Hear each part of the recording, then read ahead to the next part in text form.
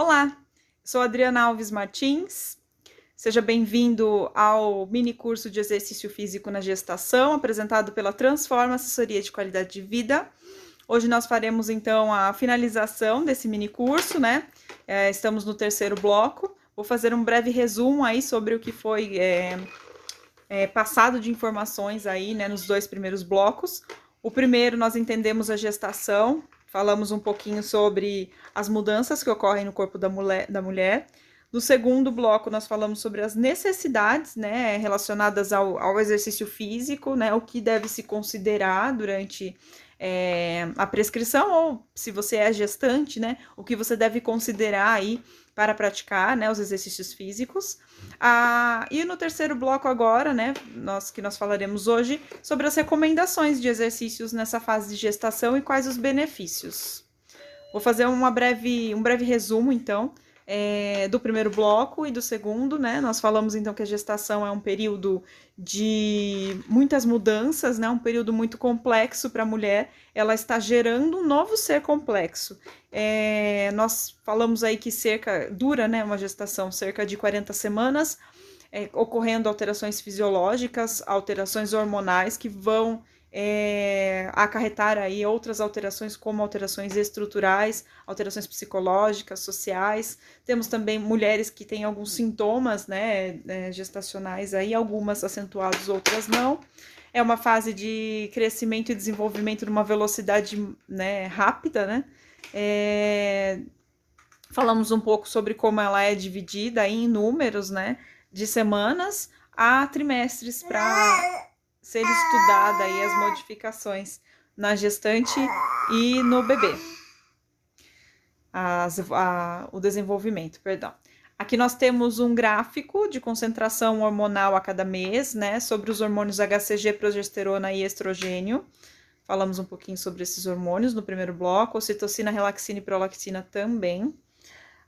Falamos sobre a placenta, que ela se desenvolve durante a gestação, é um órgão que não existia, né, é um novo órgão que se forma justamente para nutrir essa criança, né, para ajudar no desenvolvimento dessa criança, produzir hormônios também, e ela nasce junto com o bebê, né, e tem alguns fins aí, né, depois desse nascimento. Ela pode ser simplesmente descartada, ou, como falado no primeiro bloco aí, tem alguns fins aí, se desejados pela mãe, né.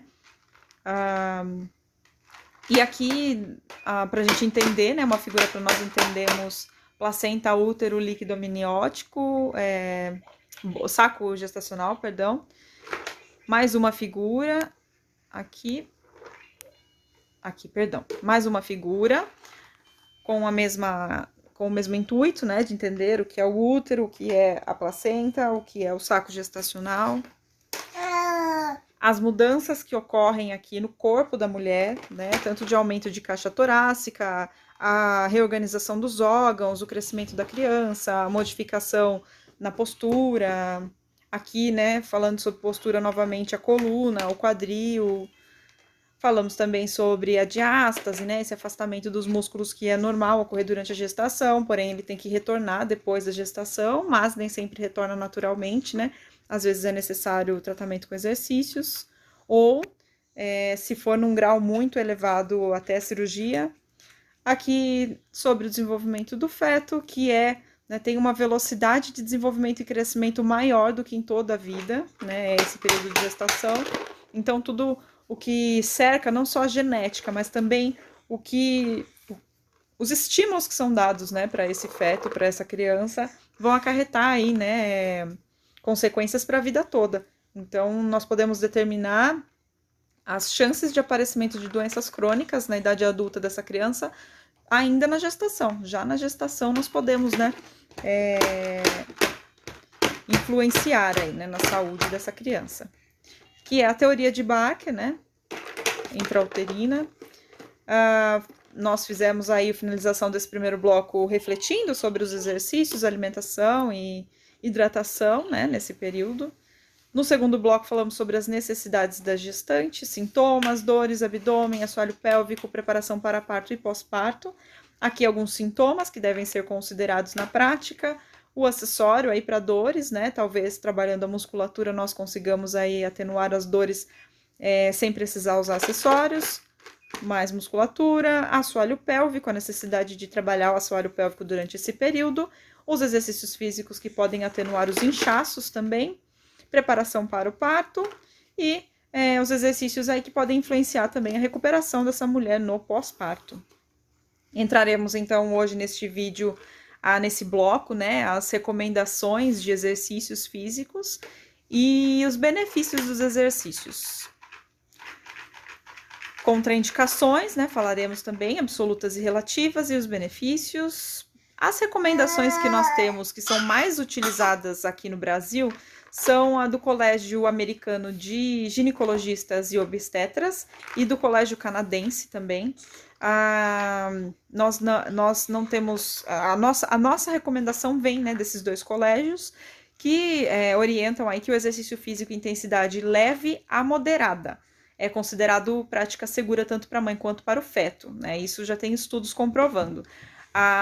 Com relação à intensidade mais alta, né, de exercício, algo mais intenso, nós não temos muitos estudos, muito menos que comprovem malefícios, né, para a gestação ou para o desenvolvimento do feto, porém temos algumas teorias, então por isso é que não é recomendado o exercício intenso nessa fase. Aqui nós temos as contraindicações absolutas, que são aquelas contraindicações que não tem discussão, e as contraindicações relativas, que devem ser analisadas. Nas contraindicações absolutas, esse quadro, ele é uma adaptação, certo, do ACOG e do Colégio Americano de Obstetras e Ginecologistas, certo? Contraindicações absolutas: doença cardíaca, doença pulmonar restritiva, incompetência istmo-cervical, gestação múltipla após 30 semanas, sangramento durante a gestação, placenta prévia, trabalho de parto prematuro, ruptura prematura de membrana, pré-eclâmpsia ou qualquer hipertensão arterial que não esteja controlada. Então, se a mulher apresenta qualquer uma dessas contraindicações, o exercício não é recomendado, tá? Pelo contrário, ele vamos dizer assim, proibido, né, durante essa fase. As contraindicações relativas aí, né, que são aquelas que o médico, né, o obstetra, vai avaliar se essa mulher pode ou não, realizar os exercícios, né, que seria a anemia, arritmia cardíaca, bronquite, diabetes não controlada, hipertensão arterial crônica, epilepsia ou doença de tireoide, obesidade extrema, desnutrição ou desordem alimentar, restrição de crescimento fetal, fumantes em excesso e estilo de vida sedentário. Estou com o meu celular acabando a bateria aí, perdão pelo aviso. Prescrição de exercícios para gestante. Qual é o tipo de exercício aí que é mais indicado, né? A gestante deve escolher uma atividade que melhor se adapte às suas características e interesses. Por quê? Nós temos um grande índice aí de mulheres que deixam de praticar exercícios físicos por não gostarem, por terem algumas barreiras, né, para a prática aí. Então ela precisa ter bastante interesse pela atividade para ela se sentir motivada, né, para ela conseguir colocar essa prática como algo constante na rotina dela. Ela precisa ter interesse. Com isso, aumentar a aderência ao exercício escolhido em longo prazo. Sempre devem ser evitados exercícios que coloquem a gestante ou o feto em risco. Quais são esses tipos de atividades aí que não são recomendadas, então? Alto impacto, certo? Exercícios que tenham alto impacto, risco de queda ou trauma abdominal e esportes de contato. Esses são os exercícios que devem ser evitados aí. Bom, sobre as intensidades. Vários estudos são coincidentes em afirmar que o exercício realizado em intensidade leve a moderada não se associa a resultados maternos e fetais adversos. Então, né, não tem risco, teoricamente. Então, a intensidade do exercício deve ser medida preferencialmente a mais utilizada a frequência cardíaca ou sensação subjetiva de esforço, que seria a escala de Borg. Sobre a frequência cardíaca, existem alguns pesquisadores, especialistas da área, que não recomendam a utilização da frequência cardíaca, ou ela precisa ser corrigida, porque a frequência cardíaca da mulher ela é modificada durante a gestação. Então, a escala subjetiva de esforço, que é a escala de Borg, é uma das mais utilizadas aí, mais recomendadas. Assim, recomenda-se que o exercício seja realizado de acordo com os seguintes critérios: de 60% a 80% da frequência máxima, né, corrigida. Aí tem as faixas aqui, né, para gestante, dependendo da idade, segundo o colégio, a Sociedade Canadense, né, de ginecologistas e obstetras. Na escala de Borg, nós temos aqui, ó, que a intensidade deve variar de 6 a 20.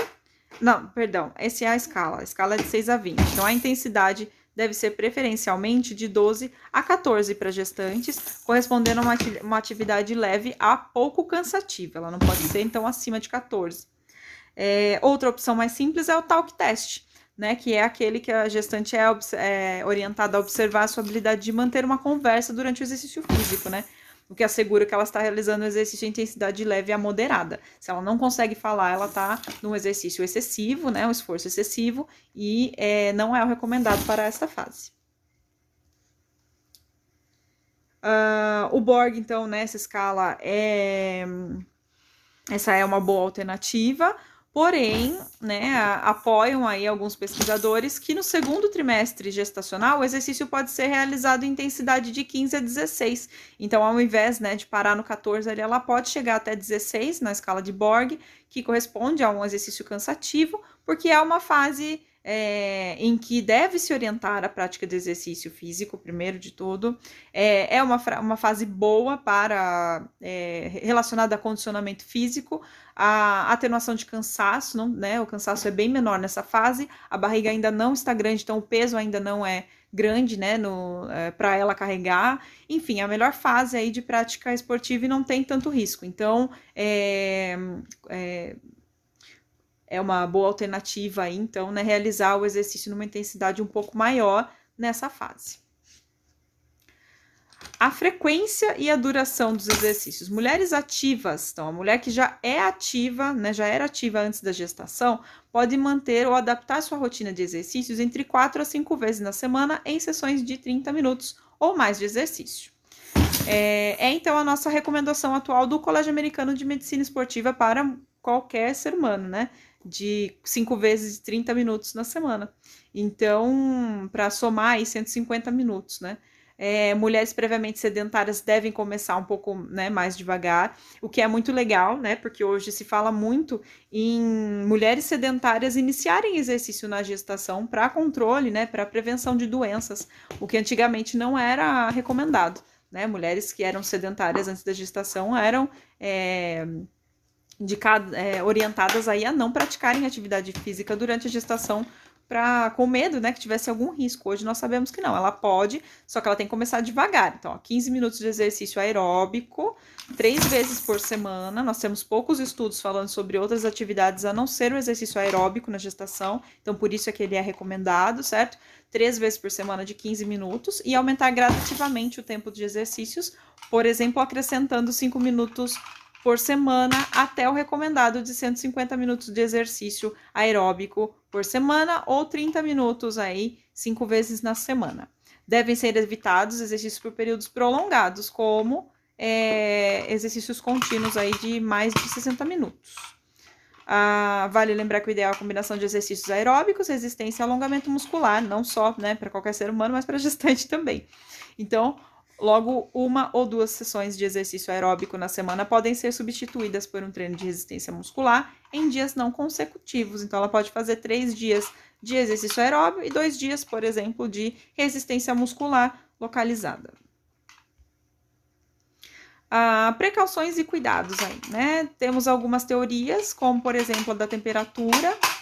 A termorregulação, ela se altera durante a gestação. Embora não haja evidências de que a prática... Gente, tá um barulho no fundo aqui que é meu bebê brincando, tá? Isso eu não consigo... não consigo gravar o curso sem ter essa trilha sonora aqui. Então, ele vai... Esses barulhinhos aqui no fundo, ele brincando aqui. Bom, então sobre a temperatura, voltando. A termorregulação altera-se durante a gestação, embora não haja evidências de que a prática de exercício seja suficiente para causar hipertermia considerável. muito temida por seus possíveis teratogênicos. Alguns cuidados devem ser tomados, como hidratação adequada e permanente, e evitar a prática de exercícios em temperaturas altas ou extremas. Então, assim, a termorregulação ela vai se alterar, né? Não tem. É difícil, então, a gente conseguir chegar numa temperatura através do exercício que seja perigosa, porém, a recomendação é tomar alguns cuidados, né? E manter hidratação e evitar praticar exercícios em locais com temperaturas muito altas ou extremas. É preferível, então, praticar o exercício durante a manhã ou no final da tarde, né? Que costuma ter uma temperatura um pouco mais fresca, vamos dizer assim, né? Mais baixa. E evitar exercitar-se ao ar livre quando a umidade do ar estiver muito baixa. Desestimula-se exercitar em ambientes fechados e sem ventilação. E no caso de exercícios aquáticos, como a hidroginástica, por exemplo, a temperatura da piscina, da água, né, não pode ultrapassar aí 35 graus. Então, o controle da temperatura aí tem algumas orientações para que a mulher não corra riscos aí nessa gestação e, né, esse feto não corra riscos de desenvolvimento de problemas aí por causa de temperatura alta. A hidratação, a gestante deve ter cuidado extra com a hidratação durante a prática de exercício, mantendo-a adequada antes, durante e após a prática de exercício. Nós temos aí aumento de sangue, nós temos aumento de absorção de água nas células, nós temos o inchaço, nós temos líquido amniótico, enfim. Essa mulher precisa estar muito mais hidratada do que qualquer outro ser humano. Então, a gestante precisa ter cuidado extra aí com a hidratação. E a nutrição, diante do aumento de gasto calórico, que é de cerca de 300 calorias, mas assim, é muito individual e precisa ter avaliação nutricional. O nutricionista é o especialista, né? Temos o nutricionista materno-infantil, que é o especialista da gestante, do bebê, né? Da criança. Então, que é esse profissional, né? Ou essa profissional que vai fazer a indicação aí de quantas calorias especificamente essa pessoa vai precisar. Mas diante, então, desse aumento calórico, precisa se adequar, né? Calorias suficientes para garantir uma nutrição adequada durante a prática de exercícios também. Lembrando que nós já falamos no bloco anterior sobre os sintomas, né? Tem algumas mulheres, principalmente no primeiro trimestre, que não conseguem se alimentar bem. Então, assim, na prática de exercícios, isso precisa estar bem observado, né? Muito bem orientado, porque existem riscos aí, né, da mulher praticar o exercício sem estar bem alimentada. Então, a orientação nutricional é muito importante nesse período, para que não faltem nutrientes aí nem para ela e nem para o bebê. Até porque a gente vai ter, voltando aqui, né? Até porque a gente vai ter um gasto calórico maior, então ela precisa suprir os gastos dela e do bebê. Tá? Normalmente o que acontece é que tudo que ela come primeiro vai para suprir as necessidades do bebê e depois dela. Então, para que ela também não tenha qualquer tipo de problema nutricional aí, ela precisa suprir esse gasto calórico dela. O que não quer dizer comer por 2, né? Ou aumentar, né, muito, assim, né, demais a ingestão de calorias, né? Tem que ser tudo muito bem orientado. Bom, aí qual seria então a recomendação por trimestre, né? Falando aí dos 3 trimestres da gestação, como ele, né, de acordo com as mudanças, né, tanto da estrutura e as necessidades também, né, da mulher. No primeiro trimestre, a gestante somente deve iniciar ou retomar a sua própria rotina de exercícios habituais após a primeira consulta pré-natal. Então, ela precisa passar com o obstetra, para o obstetra avaliar se ela tem condições aí de voltar ou de iniciar a prática de exercícios, né? Estabelecida, então, a ausência de risco gestacional, após a liberação médica, ela pode retornar, né? Ou iniciar. Atividade física, novamente, tem que ser intensidade leve a moderada, né? E mesmo aquelas que estão sedentárias antes da gestação e vão iniciar, né? Precisa ser esse leve a moderado também, sendo nesse caso a recomendação atual de iniciá-la após a 12ª semana, que daí já passou, né, aquelas semanas de risco de gestação. As gestantes fisicamente ativas antes de engravidar podem manter, inclusive no primeiro trimestre gestacional, porém modificando ou adaptando a intensidade e frequência. Novamente, se ela treina numa intensidade um pouco maior, ela tem que diminuir essa intensidade e modificar essa frequência também dos exercícios nesse período de início aí de gestação. Contudo, o primeiro trimestre pode ser uma fase delicada para a prática de exercício, pois as alterações hormonais determinam relativa frequência de mal-estar, né? Perdão.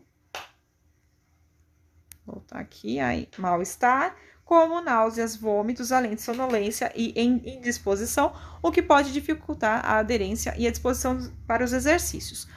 Falando sobre o meu caso, eu treinava para ganho de massa muscular, fazia dieta para ganho de massa muscular e estava num período muito intenso antes da gestação. Quando descobri a gestação, eu descobri pelo mal-estar. Então, nos primeiros meses de gestação, eu perdi peso porque não consegui treinar com tanta intensidade, mesmo sem saber que estava grávida, né? Depois de descobrir a gravidez, aí eu tomei um cuidado maior ainda com a intensidade dos exercícios, baixei bem a intensidade e só voltei a treinar depois que eu consegui a liberação da minha obstetra.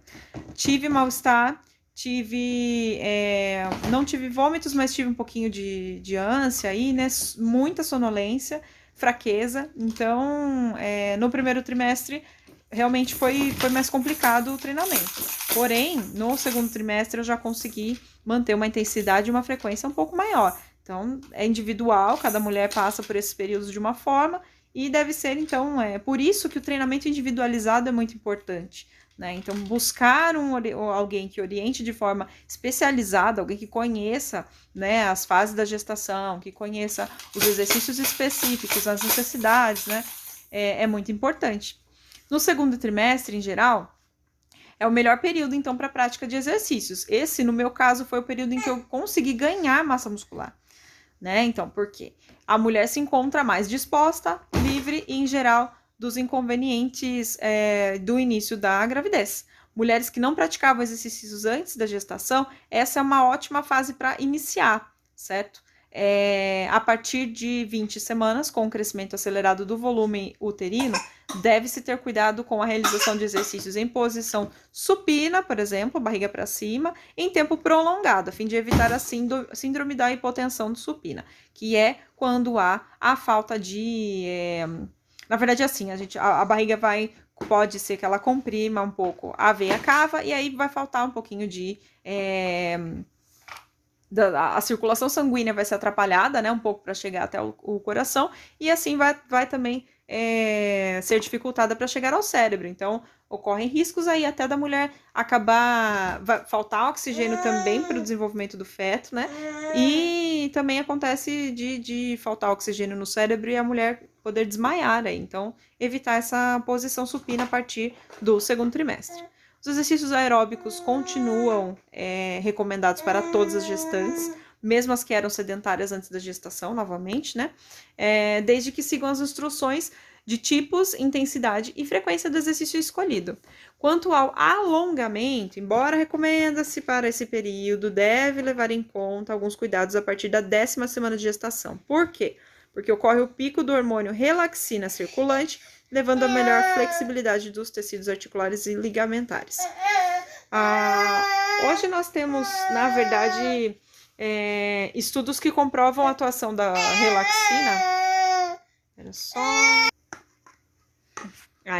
Emergências. Nós temos, então, alguns estudos que comprovam a atuação da relaxina na circulação, né? Na verdade, nas artérias, não na flexibilidade, né, dos tecidos articulares e ligamentares. Porém, é uma das teorias aí de que a relaxina seja o hormônio responsável por essa flexibilidade. Então, os alongamentos extensos aí, extremos, a partir dessa 20ª semana aí, devem... quanto ao alongamento, embora recomendado esse período, deve a partir da 10ª semana, perdão. A partir dessa 10ª semana de gestação, né, vai ocorrer esse pico do hormônio, né, que aí nessa teoria, esse artigo defende que o hormônio relaxina é que vai levar a maior flexibilidade dos tecidos articulares e ligamentares. Então, a partir dessa 10ª semana, alongamentos extensos extremos podem aumentar esse risco de lesão nessas estruturas, né. Então, se a gente levar o movimento a uma amplitude muito grande, né, pode ocorrer riscos aí. Então, alguns cuidados aí com os alongamentos. Exercícios para fortalecimento muscular, exercícios perineais, mobilizações de articulares e relaxamento seguem as recomendações do primeiro trimestre. As mobilizações articulares são importantes, o que é diferente de flexibilidade para o parto. tá? Então, mobilidade, né, da articulação do quadril, mobilidade pélvica é importante aí, né, ser utilizada já a partir do segundo trimestre.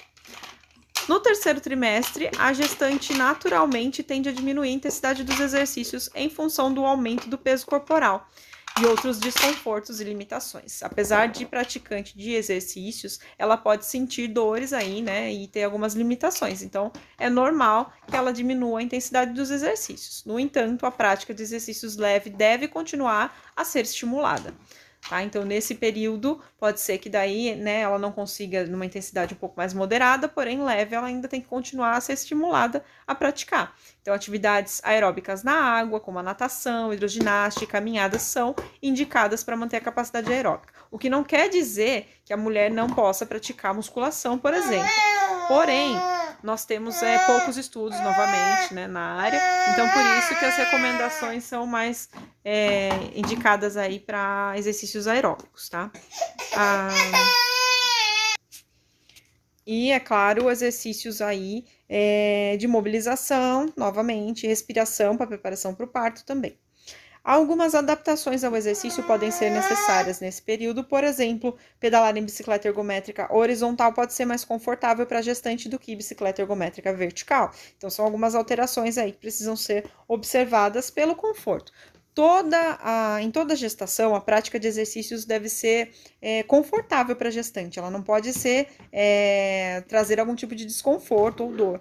Então, algumas coisas precisam ser observadas. O trabalho do assoalho pélvico precisa ser mantido, tá? Porque existem estudos que defendem aí, né, a efetividade do fortalecimento do assoalho pélvico durante a gestação. E alguns sinais aí, sintomas de alerta para interromper a prática de exercício físico durante toda a gestação, qualquer um desses sinais aqui, tá? Sangramento vaginal, dor no abdômen ou no peito, perda de líquido pela vagina, inchaço repentino nas mãos, face ou pés, dor de cabeça forte e persistente, palpitações, tontura, redução dos movimentos fetais, dor ou sensação de ardência ao urinar, febre, náuseas e vômitos persistentes, contrações uterinas frequentes, sensação de falta de ar, torpor ou sensação de luzes piscando. São sinais aí para interromper, então, a prática do exercício. Ganho de peso. Quais são os benefícios da prática de exercício físico? Mulheres que praticam exercícios, elas tendem a cuidar um pouco mais da alimentação também. Aqui nós temos uma figura que faz a ilustração aí do ganho de peso, né? Para onde vai esse peso que ela ganha, né? Que o ideal seria de 14,5 quilos na gestação toda, porém, temos recomendações aí por IMC. Então, a mulher, quanto maior for o IMC da mulher, menor é o ganho de peso dela, né? Deve ser. Então, é importante fazer esse acompanhamento com o obstetra. Mas, no geral, né, mulheres de pesos normais aí, 14,5 kg de ganho de peso, podendo variar. Então, aqui, né, líquido extracelular, sangue, aumento das mamas, líquido amniótico, o maior ganho de peso tá aqui, né, cerca de 4 quilos só para tecido adiposo e 3,1 kg aí para o bebê, né, e o restante aí distribuído entre placenta, útero, líquido amniótico e outros itens. Mais um artigo aqui, tá? Esse é de 2005, falando sobre os benefícios. Então, ó, exercícios resistidos de leve a moderada intensidade podem promover melhora na resistência e flexibilidade muscular, sem aumento de risco de lesões, complicações na gestação ou relativas ao peso do feto ao nascer. Consequentemente, a mulher passa a suportar melhor o aumento do peso e atenua alterações posturais decorrentes desse período. Então, exercícios resistidos vão auxiliar aí a mulher a atenuar as alterações posturais e aguentar um pouco mais o peso do corpo, né? Atividades físicas aeróbias auxiliam de forma significativa no controle do peso e na manutenção do condicionamento, além de reduzir riscos. Todos os exercícios vão reduzir riscos de doenças, né? Inclusive, aqui, né, a aeróbia, nesse caso, diabetes gestacional, condição que afeta 5% das gestantes aí, e que pode, então, ser prevenida. explicada, então, né, pela ativação de grandes grupos musculares que vão propiciar uma melhor utilização da glicose, aumentando simultaneamente a sensibilidade à insulina. E estudos também mostram aí, né, a manutenção da prática regular de exercícios físicos ou esporte, né, apresentando então fatores protetores para a saúde mental e emocional da mulher. Existem estudos que até defendem aí que a prática de exercícios é benéfica, né, de uma forma que pode prevenir aí a depressão pós-parto no período de puerpério.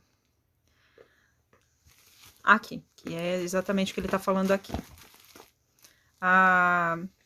Tem também, né, que esses exercícios do assoalho pélvico vão auxiliar aí de prevenção à incontinência urinária, né, associada à gravidez. Então, existem exercícios específicos aí para serem trabalhados nessa fase. Bom, nós temos aqui grávidas se exercitando, mostrando que a gestação não é uma doença, né, e que todas as mulheres deveriam se exercitar nesse período. Nós temos um crescente número de obstetras recomendando exercício físico hoje, o que não acontecia, né, não ocorria antigamente, né, há um tempo atrás. Porém, ainda necessita-se de mais orientação, né, mais conhecimento por parte dos obstetras para orientar a prática de exercícios. Além dessas recomendações, nós temos também a de evitar exercícios em que colocamos a gestante em decúbito dorsal, principalmente a partir do segundo trimestre, porque o peso do bebê, né, vai comprimir ali, o peso da barriga vai comprimir a veia cava, dificultando o aporte sanguíneo, né, atrapalhando um pouco, então nós evitamos esse posicionamento. Aí, para isso, nós fazemos algumas adaptações e, no máximo, colocamos a gestante inclinada para fazer os exercícios. Outro posicionamento é os exercícios de barriga para baixo, né, o decúbito ventral, que também, se a gestante souber a fazer ativação de abdômen, se ela é atleta, treina há um bom tempo já, alguns profissionais acreditam não ter problema nenhum e acabam passando esses exercícios, como, por exemplo, a prancha ventral. Só que alguns outros profissionais que são mais conservadores preferem não executar esses exercícios, porque se ela não sabe fazer essa ativação de abdômen, acaba gerando uma pressão intraabdominal muito grande, né, por causa da gravidade, e aí a gente acaba forçando um pouquinho a abertura da diástase, e aí a gente pode atrapalhar um pouquinho aí a recuperação, né, no pós-parto. Então, também exercícios de rotação de tronco, né, a gente evita um pouquinho, pelo mesmo motivo também, na verdade, por causa do alongamento, né, da musculatura de abdômen, já tá bem alongado o abdômen, e aí a gente ainda força mais o alongamento, e essas rotações também numa coluna fragilizada. Meu pitoco tá aqui brincando. E é isso, espero que vocês tenham gostado do curso, deixo aí meu contato, tá? O meu Instagram é Adriana Alves Personal, e para quem quiser adicionar também no Facebook, é um contato um pouco mais pessoal, Adriana Alves Martins, só me chamar lá, tá? Para bater um papo sobre o assunto, para tirar dúvida, se quiser alguma orientação ou parcerias, ok? Beijos e até logo!